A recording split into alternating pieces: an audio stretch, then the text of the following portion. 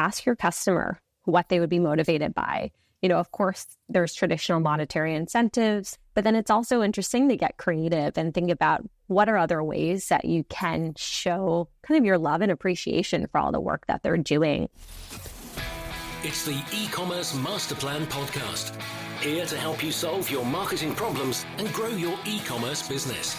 Cutting through the hype to bring you inspiration and advice from the e-commerce sector and beyond. Here's your host, Chloe Thomas. Hello and welcome. It's great to have you here. Thank you for hitting play and choosing to listen to one of our inspiring guests. It's time for a Masterclass episode. Yes, we have got a master of their craft to talk to you in today's episode. And we're going to be talking about community and about connecting with your customers or your audience, as is my case. So I thought it would make a lot of sense to start this one by giving a shout out to one of you lot. So I want to say a huge thank you to the listener, Fred123UK, who was kind enough to take the time to post a review of the show on Apple Podcasts. So Fred123UK from the UK, thank you for putting this lovely little gem of a review on Apple for us. Fred says, insightful and fun, a great podcast for those interested and working in e-commerce. There's so much noise out there online about what you should and shouldn't do and supposed quick wins. And so it is so nice and refreshing to have a show that's filled with great guests and a great host. Fred123UK, you flatter me too much. But thank you so much for doing that. And if you would like a shout out at the start of an episode, then just go to ecmp.info/review to find out how to leave a review. And maybe I'll be reading your review out in a future episode. Well, as Fred123UK said, so many quick wins supposedly out there, so much noise out there. Well, in this episode, we're going to dive into a tried and tested strategy with someone who has tried and tested it. We're talking about community and how you build that as an alternative to performance marketing for a startup. So rather than going deep into Facebook ads, Google ads, TikTok ads, all those kind of performance marketing channels, we're going to be discussing how you build the more organic side, the community side, to build long-term growth into your brand. Caveat, I think both me and Emily, because we discussed this before you hit record, both of us would advocate you do both, but it's good to be able to talk about the alternatives to performance marketing every now and again. So we'll be getting deep, as I said, into community, what that means, how to build it into your startup or your advanced business if you're further along this plan. And we'll also be going even deeper into probably the most tried and tested and foolproof type of community marketing, the ambassador program. How do you turn your top customers into ambassadors that bring you more new customers and help you out in many, many ways? Emily has done that for multiple businesses, and she'll be giving us all the insights, lots of tactical elements, lots of strategic elements coming up. And please do listen to the end of the episode so you don't miss out on her top tips, which were excellent, and my own take on this episode. If your tech stack is becoming a bottleneck to growth, it's time to replatform, and you should check out Shopline. Shopline is the modern commerce platform that's disrupting Europe as one of Asia's leading e-commerce platforms. Whether your bottleneck is setting up more sales channels like social commerce or expanding to new markets globally, Shopline takes care of everything from store setups, checkouts and payments to logistics and more. With single-click migration and out-of-the-box tools, they're there to help. The best part about it, you don't need to pay until your site is live. Here in the UK, they power brands like In The Style and Everything £5, whilst in Asia, they're the platform of choice for huge brands like Lego and Muji. If you want to scale, it's time to book your free trial or have a chat with one of the Shopline team. Find out what Shopline could do for you via ecmp.info/Shopline. That's ecmp.info/SHOPLINE. Are you part of the free Chloe's e-commerce club? Why not? It's my free online club where the whole e-commerce masterplan audience can come together. It's all about helping you improve your e-commerce business, solving your marketing challenges, getting advice from other retailers who are facing the same challenges as you right now. And yes, I will personally be hanging out in the club Monday to Friday to help you too, which makes it the only place where you can get my help one-on-one. It really is a club all about you and supporting your business. Come on and join me now. Just go to ecmp.info/club. It's totally free to join. So come on, join me and hundreds of our listeners at ecmp.info/club. And now to introduce our special expert guest. Emily Hollender is a fractional marketing director to early stage consumer startups, especially those looking to build brand and community across both online and offline platforms. Current and past clients include Rent the Runway, The Wing, Tia, The Sill, and Modern Animal. Hello, Emily. Hi, Chloe. So happy to be here.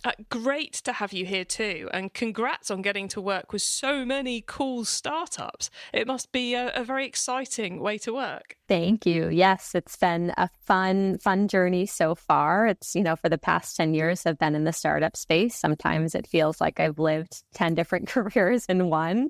And happy to and excited to share more about it. So how did you end up in the e-commerce space? Yeah, so I really fell into marketing in the startup world 10 years ago. I had just graduated college and joined Rent the Runway at a really exciting time in the business. For those who are unfamiliar, Rent the Runway is a clothing rental platform. It's one of the first to make renting clothing a service. And I joined, the team about 10 years ago. And again, it was at this exciting time where the brand was thinking about how to take the experience offline and really deepen the relationship with their customers. I, didn't formally join the marketing team to start. I was on the retail expansion team. We were thinking about, again, how to take this experience offline. And I really did everything, in typical right out of college fashion, from reviewing, NPS data, sales data, helping the team pull together training documents and employee handbook materials as we were expanding our physical footprint. And was happy and excited to raise my hand when we needed to figure out a way to build awareness for our new locations. And so I ended up being that core marketing leader to figure out how do we, again, build awareness, drive traffic to our stores, and ultimately drive sales and revenue for the business as well. And really with no formal marketing training, I first started with the customer. Again, as I mentioned, looking at customer feedback and NPS data was one of my daily tasks and jobs when I had first joined the team. So I started with the data and heard what customers were saying and really used that to build the initial retail marketing strategy for the team, and was able to continue with the team for several years, joined a broader community marketing function as we expanded what retail and community looked like at the company, and then went on to join The Wing and Tia to really continue to level up my journey as a marketer.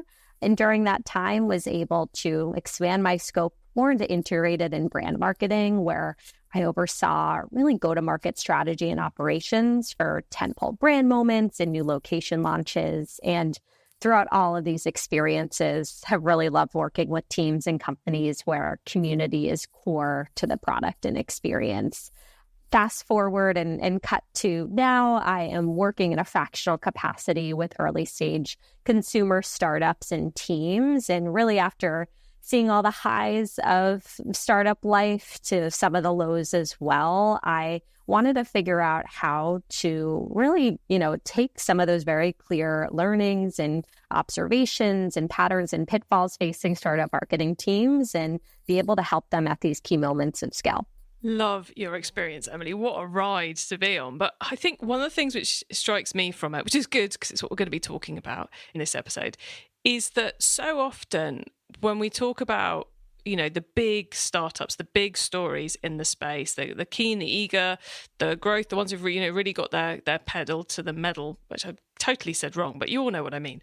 We think of them in terms of product and in terms of performance marketing, so ad campaigns and that kind of hard-nosed stuff. But there's actually, although we don't seem to hear about it quite so much, an awful lot of the softer marketing, the community, the branding going alongside that to make sure there's that long-term growth. Would you agree with that? Obviously you're a lot deeper into it than I am. Absolutely. I agree. And, as a marketer, really, over the past 10 years, I've struggled to kind of put myself in a box of, I don't feel like I fit on a traditional growth or performance or paid team. However, a lot of the goals that I've been working towards are the same, where I want to drive both awareness, but then membership and customer growth. And I do and have noticed really in the past year that there has been a switch where I think founders and investors and teams are realizing the importance of brand and community, just given how unpredictable the algorithm can be across, paid digital channels. And so I think the thing that I've been trying to tackle and have been working with my clients on is how do you unlock sustainable organic growth channels without relying and depending on traditional paid media like, Meta or TikTok. So yes, I completely agree. So what, Emily, would you put in that list of channels? Yeah. So as I think about organic and brand marketing, first I think about what are the owned channels that are within a brand's ecosystem. So think about, organic social content that could live across email, events, experiences. An area that I'm very excited about and really has been my sweet spot too throughout my experience has been this idea of community. So how do you think about activating really, I think, your most vital growth asset, which is your existing customers? So ambassador, influencer partnerships, referral, affiliate, ways to unlock growth by leaning into and engaging with your core customer more deeply. So I really think about organic and brand channels as everything except, your traditional performance and paid marketing. Let's dive in a bit to that community piece, because I think it's where a lot of brands get stuck. So quick question for you, which is the one that always springs to mind for me, is when we talk community, are you envisaging a forum or a Facebook group or something like that? Or is it a more amorphous way of connecting with the customer base? Yeah, I've been really on a search to define what community marketing means, because I think, and this is kind of a non-answer, it means a different thing to a different company and a different person. So I think the first thing is just defining, what does community mean to you? For me and where I am right now, keep in mind this definition might change in a few months or a few years from now. To me, community marketing is not just dedicated tactics. It's also a way of thinking in terms of how you approach your marketing.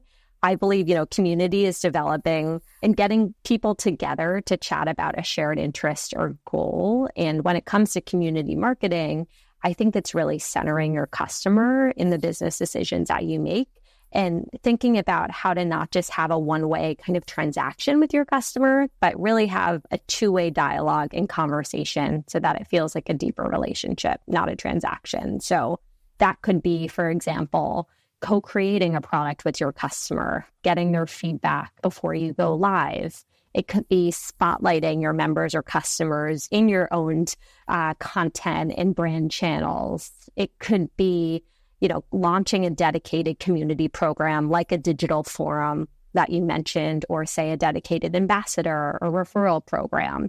So it can mean a lot of different things, but at a high level, that's the definition that I'm working with right now.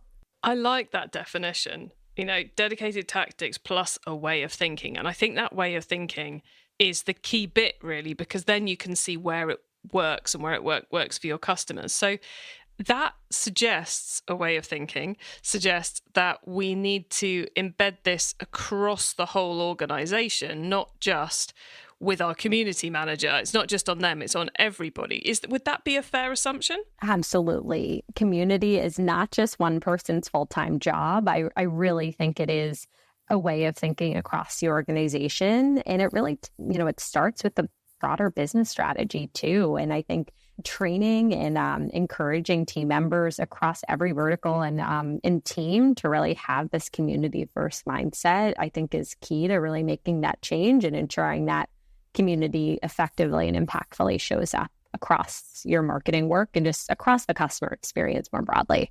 And so I guess it's once you've got the whole team thinking this way, then it's how the needs of the business align with the needs of the customer and joining those together? Because presumably, if you want to create a referral program, but none of your customers want to refer, it's never going to work. So there has to be that element of kind of understanding the customer's needs, desires, wants too. Exactly. And I think that's where it's something I've loved, throughout my experience when building dedicated community programs like ambassador programs, is that I feel like I've been able to kind of shorten the distance between the brand and the customer. And it got to a point where I could, text one of my ambassadors, or they could text me, or we could hop on a phone call and really get that feedback.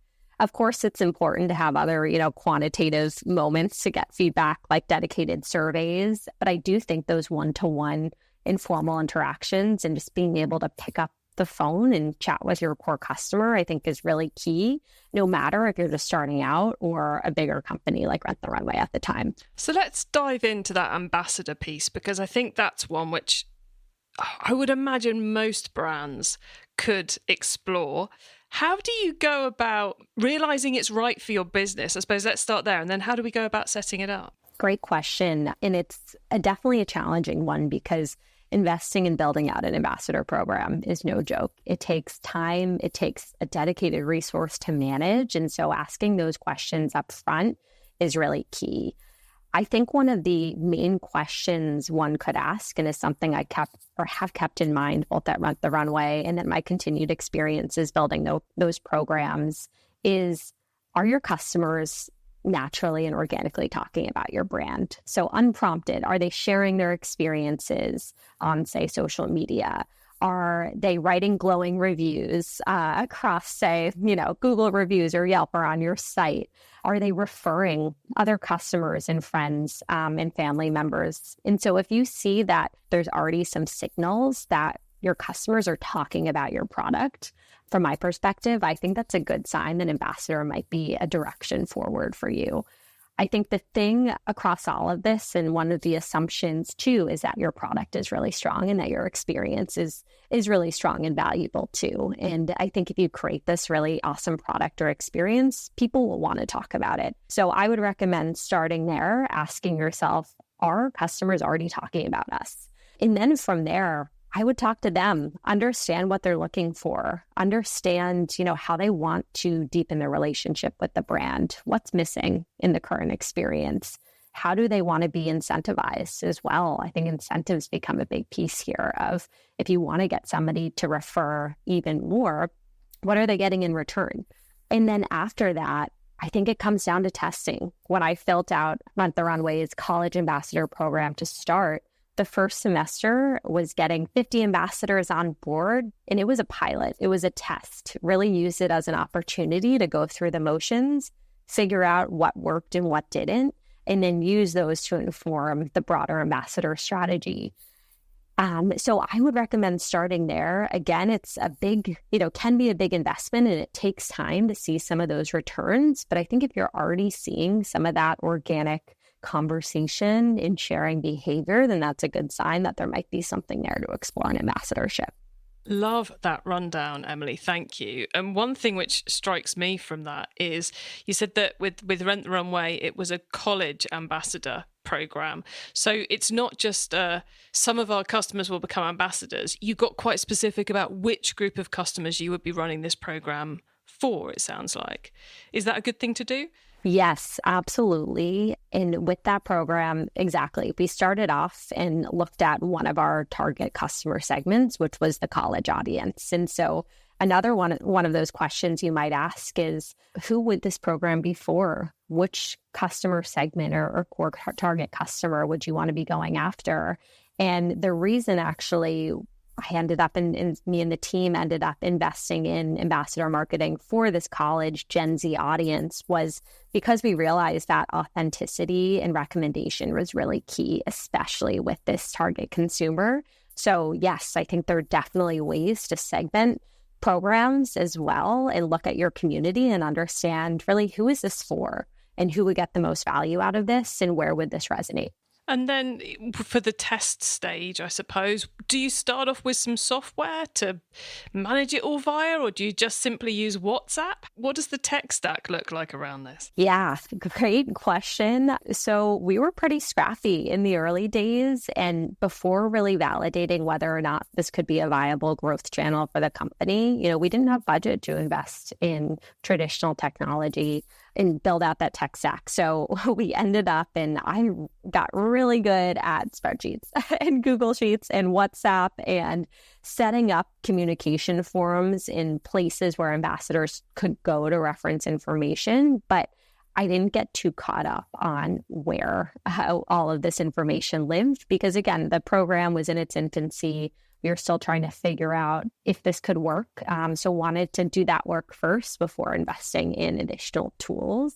That said, what's been exciting really since my experience 10 years ago building out that program is that there's lots of new technologies out there in community management softwares that you can, set up a digital community, white label, the platform so it feels more branded.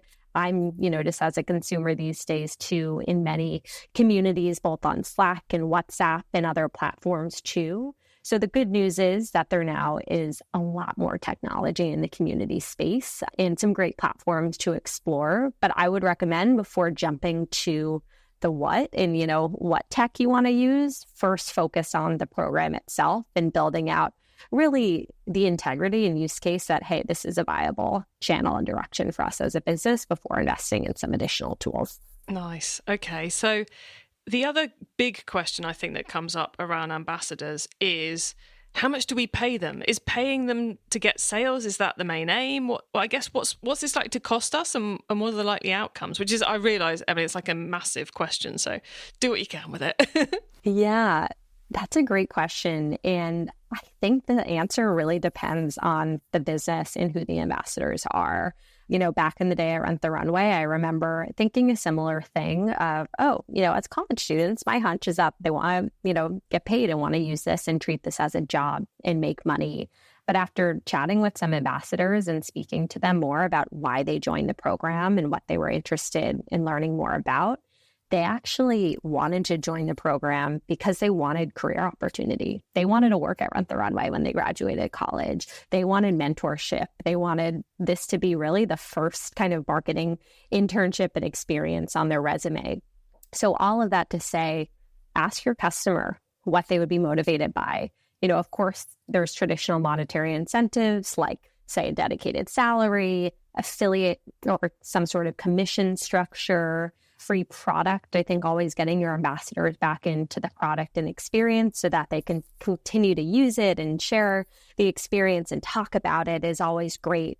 But then it's also interesting to get creative and think about what are other ways that you can show kind of your love and appreciation for all the work that they're doing. That could be, say, hosting an exclusive event for your ambassador community, giving them access to leaders at your company. I mean, we had at Rent the Runway ended up hosting career chats with our founder and members of our executive team. So I think, again, ask your ambassadors what they would be looking for and what they're incentivized by, and get creative and think beyond just traditional pay. Love those examples. And that the career one with the senior team, like a gold dust opportunity for those student ambassadors, but so easy for the brand to put together. I love that one. And obviously, Emily, you're very interested in creating long-term sustainable growth for brands, not just one-off events and one-year-long ambassador programs. So what's the scope? Where could this go for a brand who's listening, who's thinking, yes, this is something we should be trying. We know our customers want it. Where could this get to in, say, 5 years? Yeah. So I think what I'm most excited about with ambassador programs and just community overall is that this is something that is uniquely ownable to you and your brand. No other brand can replicate this kind of badge of honor and ability to be part of the inner circle of your brand. And so thinking of it that way, algorithms change all the time. There's constantly going to be new channels and new, paid channels that pop up that, of course, brands want to continue to explore and test into. But at the end of the day, your community is uniquely yours. And so I think thinking of it with that long-term lens, that this is not just a quick win tactic to drive growth, but this is a way in which we can, again, nurture deep relationships with our customer and community. And again, like create that feedback loop as well, so that you can continue to get insight into the future of your business from your community. And then also, again, reward your community for helping drive and be invested in company growth. So I would hope that an ambassador program is not just a one-off, year-long tactic or test, but that it's really inherent into your marketing strategy and business strategy overall. And I think as part of that as well, and you had asked about tools previously, is also just thinking about community, adding it to, your marketing calendar, or however you look at and plan the year, including community in those strategic conversations up front will help ensure that it is kind of a tactic that's thought of and a way of thinking that continues throughout the organization. So I'd also recommend integrating it into any sort of marketing planning process or, marketing calendar documents so that it's top of mind. E-commerce Masterplan is supported by some of the greatest companies in the e-commerce sector. Here's a reminder of who they are. If your tech stack is becoming a bottleneck to growth, it's time to replatform, and you should check out Shopline. Shopline is the modern commerce platform that's disrupting Europe as one of Asia's leading e-commerce platforms. Whether your bottleneck is setting up more sales channels like social commerce or expanding to new markets globally, Shopline takes care of everything from store setups, checkouts and payments to logistics and more. With single-click migration and out-of-the-box tools, they're there to help. The best part about it, you don't need to pay until your site is live. Here in the UK, they power brands like In The Style and Everything £5, whilst in Asia, they're the platform of choice for huge brands like Lego and Muji. If you want to scale, it's time to book your free trial or have a chat with one of the Shopline team. Find out what Shopline could do for you via ecmp.info/Shopline. That's ecmp.info/SHOPLINE. Are you part of the free Chloe's e-commerce club? Why not? It's my free online club where the whole e-commerce masterplan audience can come together. It's all about helping you improve your e-commerce business, solving your marketing challenges, getting advice from other retailers who are facing the same challenges as you right now. And yes, I will personally be hanging out in the club Monday to Friday to help you too, which makes it the only place where you can get my help one-on-one. It really is a club all about you and supporting your business. Come on and join me now.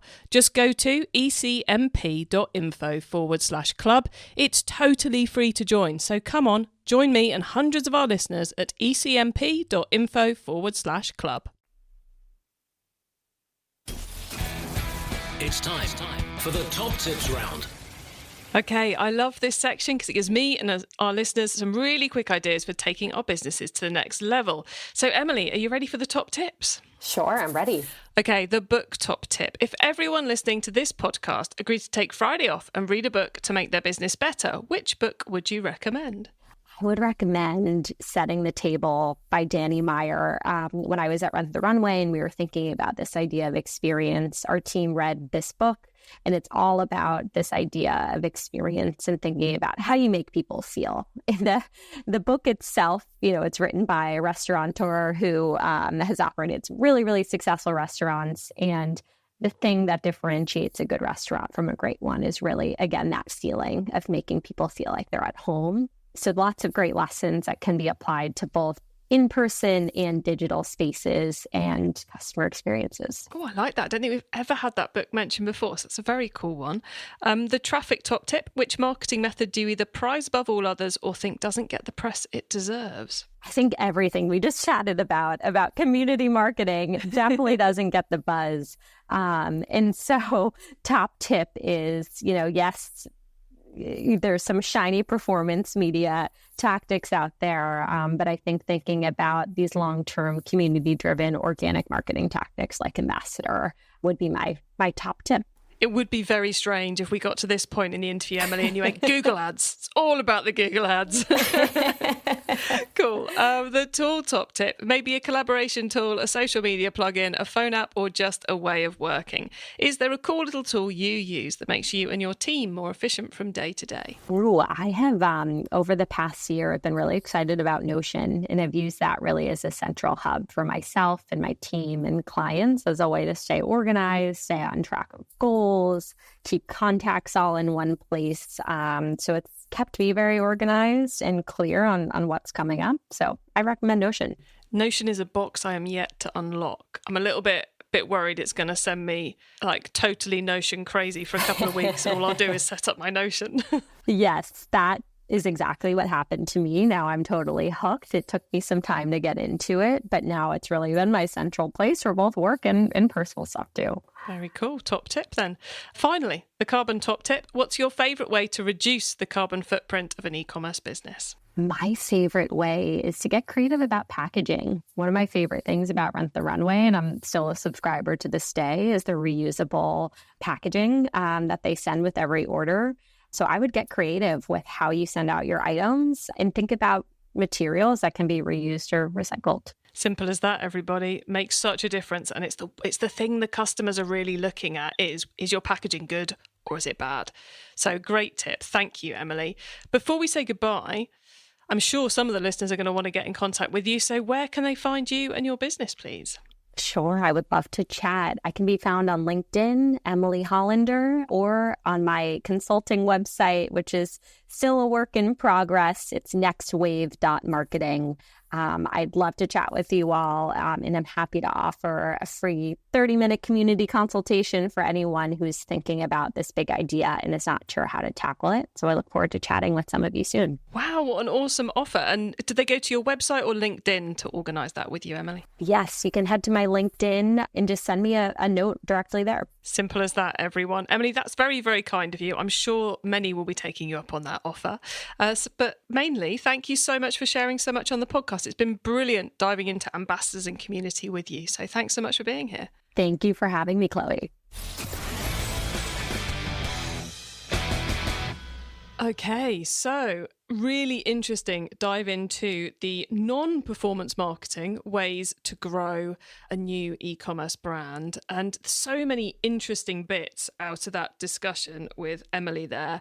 We talked about the general kind of community and then we drilled down into ambassadors, and I thought that the big pieces for me were there has to be the interest from the customer. You're testing and seeing how it evolves. Don't write out your 5-year plan for your ambassador program. You've got to see what works and what doesn't.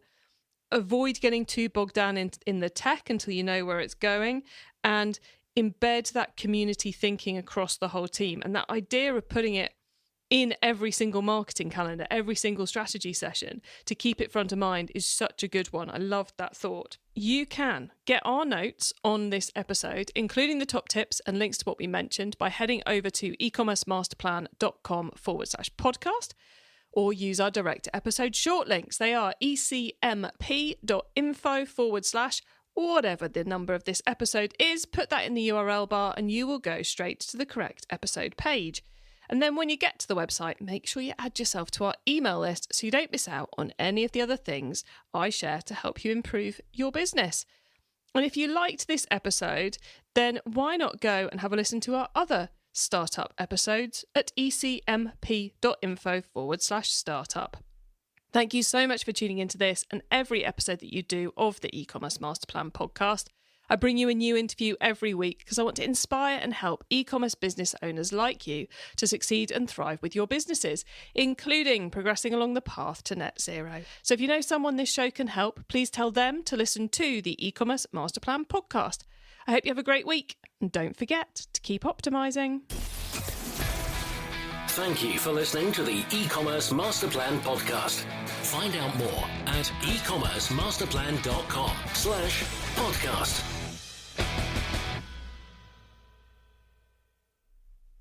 If your tech stack is becoming a bottleneck to growth, it's time to replatform, and you should check out Shopline. Shopline is the modern commerce platform that's disrupting Europe as one of Asia's leading e-commerce platforms. Whether your bottleneck is setting up more sales channels like social commerce or expanding to new markets globally, Shopline takes care of everything from store setups, checkouts and payments to logistics and more. With single-click migration and out-of-the-box tools, they're there to help. The best part about it, you don't need to pay until your site is live. Here in the UK, they power brands like In The Style and Everything £5, whilst in Asia, they're the platform of choice for huge brands like Lego and Muji. If you want to scale, it's time to book your free trial or have a chat with one of the Shopline team. Find out what Shopline could do for you via ecmp.info/Shopline. That's ecmp.info/SHOPLINE.